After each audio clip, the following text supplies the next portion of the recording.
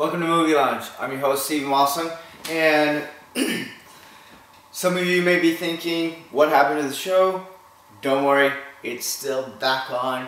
And the reason why is, and I'll make this really short, I've been in meetings and meeting with people, and we're lining up making a short feature film. And this will be, one of the questions today will add on to what this will make all sense with the whole movie I'm working on. So it's gonna be a little bit longer episode possibly, so we'll get into the questions.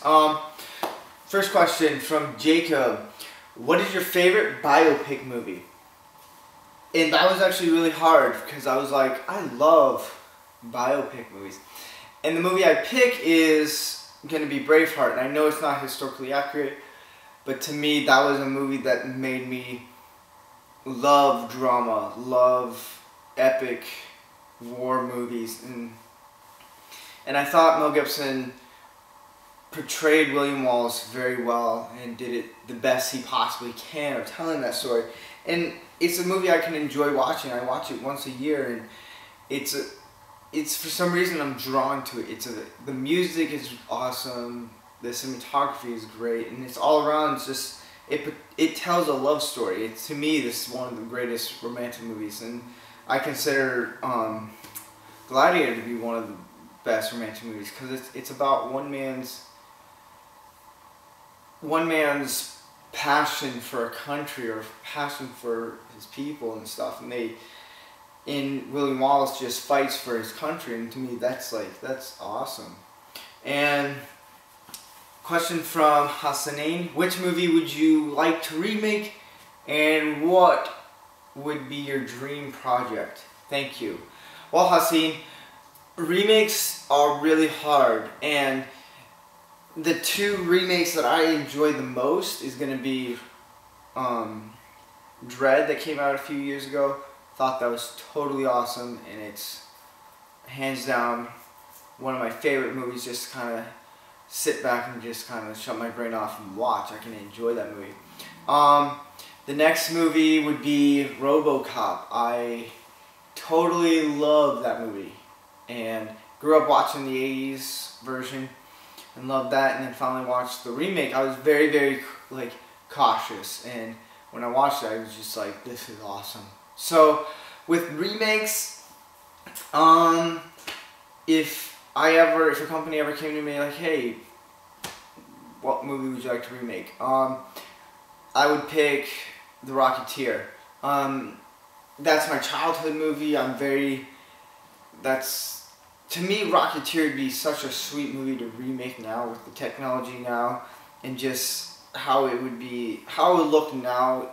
It would be awesome. And would I be scared to remake that movie? Yes. Would I enjoy making that movie? Oh, hell yeah. That movie would be so awesome just to have fun with. And the next question would be from Trevor. I wanted to know your opinion on what makes a movie awesome and what makes a movie not awesome. Why are so many movies bad? Well, to answer this question, it's really tricky because a lot of movies, the trailer sells it and it looks really good, and then when you see it, it's terrible, and it's just kind of a hit and miss. There's no really right answer to say what movie is going to be awesome. I mean, The Avengers, for all I know, could have really sucked, but no, it turned out to be awesome.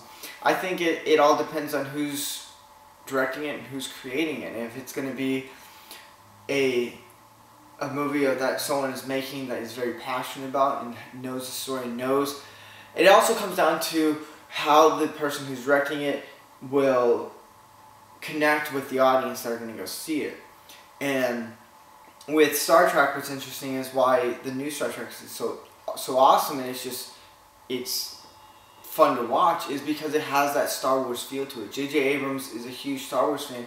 He's not much of a Star Trek fan, but he understands what people like in sci-fi, and he can connect with people in sci-fi. So he's able to take one idea style from one franchise and move it into another franchise and just mold it into something fun and exciting. And that's the only best way I can really answer that question, because the movie may be awesome while you're making it, and then somewhere down the line of post-production or advertisement, it just, for some reason, it just sucks. Like, you really can't tell what movie's gonna be awesome, what movie's not gonna be awesome until after it comes out, and then you get the audience opinion. So it's all interesting. And lastly, our question of the day comes from Benjamin, who texted to me, and I gotta go through all my stuff to find it. And his question is, why are there basically no movies where the villain/antagonist wins? Well, not many of us like to watch the villain win or antagonist to win. We're always rooting for the villain. I mean, you got I can't think of the villain from Thor and Avengers. I really can't. I'm blanking out on it. But the villain, and we all love the villain from Avengers and from Thor, and we want him to win. And you have, I mean, the villain and antagonist in House of Cards is someone who you root for and you want to win, but you also don't, you root for them, but you just don't want them to fully win. You want the hero to win. And I think it's human nature in that sense. So, I mean, yeah, I think a lot of people, when it comes to watching villains, will root for the villain all the way up till the end sometimes, and we'll want the hero to win, because that's what we drive from. So yeah, those are the questions I have for today. And if you have any more questions, you can email us at themovielounge15@gmail.com, or post them in the comments below, or if you're friends with me on Facebook, you can put that in the Facebook. So it's been a bumpy couple weeks for me because of just working on a film project, and then which has been kind of my dream project, and I'll give you guys more updates. Don't worry, the show's not gone. It's just been a crazy week. I've been trying to come up with an update video to post it and tell you guys. So yeah, keep on with the questions. You guys are awesome. Thank you very much. Enjoy your day.